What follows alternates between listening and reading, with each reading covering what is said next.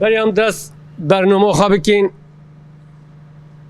دی کسایت شهیدین روژاوا دا ام همو شهیدین ریا آزادی بیرت اینین بجن خواب رزداری برانبری بیر آنینی وان دا تاوینین همو حوالم ود خوینین دقیقه که رز گرتن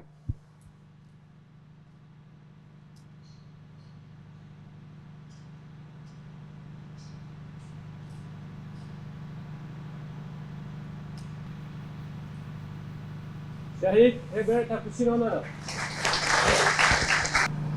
ام وقت چالکوانین وارگه ها شهید رستم جودی سریدا با آرمانجا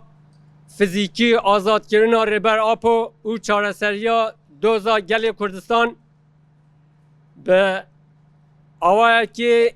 راست ام جوه داره سلاو و حس کردن خواهش بوی ربر آپو و همو گرتین زندان را دشینین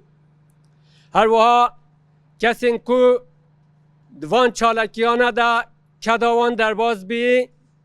و تفلی حمله بونا ده هر آلی کردستان و در ولات دا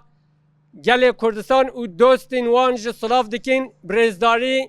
تکوشین وان پیروز سلاف دکین و سرکفتن اجوان را دخوازیم هر وسا تزانین دمین داویدا جارک دی خواستن هزین قمپلوگر خواستن قمپلو نوتونه لسر گل کرد به آرمانجا ایرش گرتن و هدف گرتن و سیستم ریبرتی سیستم براتی گلان و هر وها پارادیکمه ریبر آپو کسایت و روژاوا دا کرن هدف و ایرش کرن ام به مناسبت وان هزین قمپلوگر جارک دی شهمزار دکین الوه داره بیجین هن نکارن گله ما تسلیم بگیرن هن نکارن فلسفه ریبرتی ما تک بون هر وها به مناسبت گله ما تکوشینا روژاوا دا چاوا به یک دنگی یک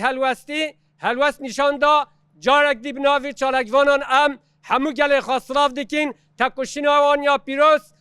رزداری حرمت نشانی وان دین ده تکوشینا گله ما دا سرکفتن دخوازین به وی بونه هم دو بیجین بجی سرک آپو شهید